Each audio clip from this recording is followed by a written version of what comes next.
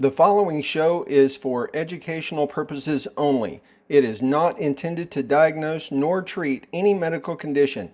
Any information or recommendations provided should always be discussed with your healthcare professional. Welcome to the Patient Talks. I'm Physician Assistant Frank Smith. It's Wellness Week, and on this week's episode, we're going to discuss your New Year's resolutions. I'm going to discuss some tips and tweaks to help you increase the likelihood of success, and I'm going to give you a couple of extra things you may want to consider adding into those resolutions.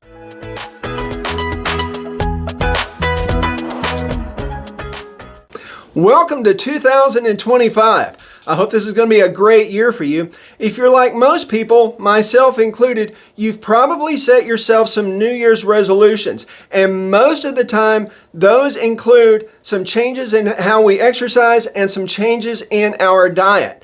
I thought today's wellness episode, I would give you some little tips and tweaks to kind of help improve your likelihood on that.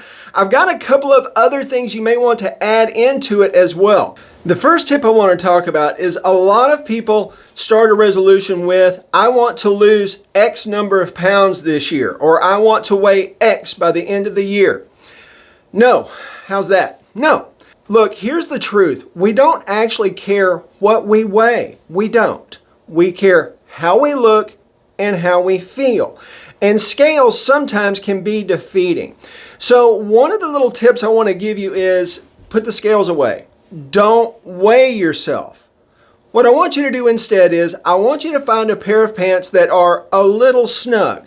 Not the full bore taking this huge deep breath to try to get them buttoned, but just a little too snug.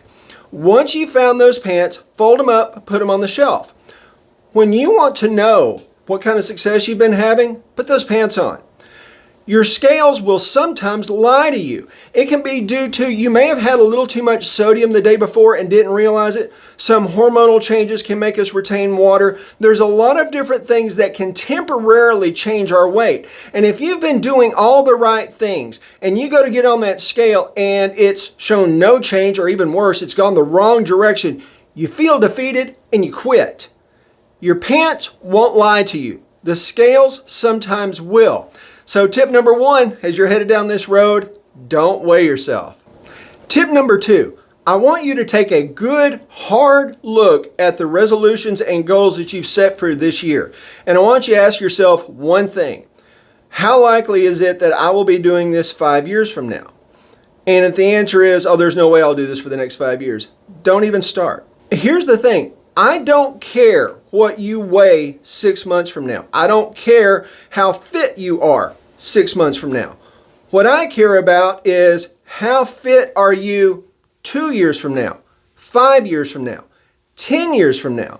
And if you have set the bar so high that you know you can't sustain whatever it is you're doing, you will revert to what you've always done before. So take a good hard look at those resolutions and ask yourself, is this a 5-year thing? And if it's not, let's make some adjustments. Tip number three, if you don't have a splurge, reward, a treat built into whatever it is that you're doing, you need to. We do not handle being deprived well. It's part of our survival mechanism. So if you feel deprived, you'll figure out a way around it. Conversely, if you have something built in to what you're doing, you won't feel deprived. Part to that tip, however, is whatever this thing you're going to have as a treat or a reward, make it the best example of it you can find.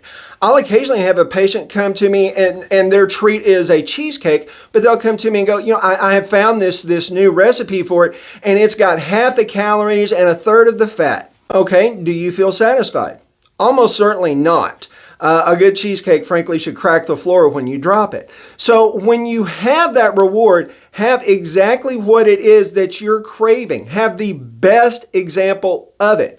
Don't do it halfway. Don't try to cheat it. Take it for what it is, a treat that you've earned. The next tip is about exercise. Whatever it is you have chosen to start doing, let me ask you something, and you need to ask yourself this. Do I like doing it? Have I ever liked doing it? And if the answer is no, move on. If you don't find something that most of the time you enjoy, or at least you used to enjoy, you will always find an excuse to not do it. Look, I hate running. I hate it. If you ever see me running, run. It took me years to find out the thing that I enjoy doing, and it became the linchpin for the other things that I added in to get me better at doing it.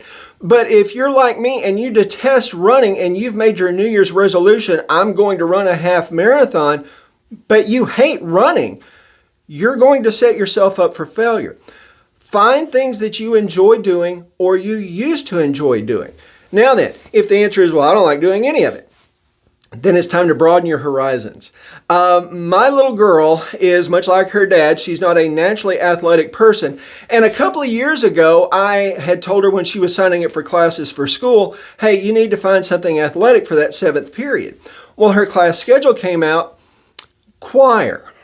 At which point I'm like, okay, message received. And I started looking around and I put her in a martial arts class. I knew it was going to give her some exercise, but at the same time, it would give me peace of mind. I figured she would do it for a semester or two. It would be good for her. That was 2.5 years ago. She loves it. She's good at it. And the little miss is fit. So you may want to broaden your horizons if you haven't found something that really fits you. The next tip, when you start exercising, don't overdo it. It seems to be human nature that we either have first gear or overdrive. This is the time of year that in about a week or two, I'm going to have patients come in with sprains, strains, aches, pains. They're barely walking. They overdid it. Ease into whatever you're doing. And while I'm thinking about it, stretch after you've gotten your heart rate up. We all make the mistake of stretching when we're cold. Instead, jog in place for a few minutes, do a few jumping jacks, do whatever you need to get that heart rate up, blood pumping. Now do some stretching before you exercise. But ease into your exercise routine. You'll be more likely to stick with it. So that's the tips and tweaks. Now then, I've got a couple of things I'd like you to consider adding to your New Year's resolutions. Are you ready? Number 1. If it's impossible to make it in your kitchen, don't eat it. That does not mean everything that you eat has to come out of your kitchen. It does not mean if all you're good at doing is making macaroni and cheese, that's the only thing you can eat. What I mean is if Gordon Ramsay came into his kitchen, if he would be unable to make whatever it is you're considering eating, don't eat it. If it requires a lab to make that thing, why on earth would you put it in your body? Long story short on that is, look at the back of the ingredients of anything that you're eating. If there's things in there that you don't even know what that is, and it takes a lab to make it, move on. And the second thing I would like you to consider adding to your New Year's resolutions is, I'm not going to warm anything up in a plastic container. We've all done it. You just throw it in some little microwavable plastic thing, heat it up and eat it. There's a fair amount of studies out there that show that that may cause some health problems. Cold plastic is fairly inert. It doesn't really react with anything. But when you heat plastic up, keep in mind it is an oil-based product, and there are some studies that show there can be some hormonal impact, particularly on men who heat food and liquids up in plastic. So one of the New Year's resolutions I'd like you to consider adding is anything you heat up, I'm going to put it in paper, I'm going to put it in glass, but I will not heat it up in plastic. And that's it for the tips and tweaks to help you improve the likelihood of success with your New Year's resolutions. Hope you've enjoyed the show. Hope you've learned something. If you have, please click the like and subscribe button. If there's other people you think need to see this, hit that share button. I'll be back next week. Until then, you better make me look good.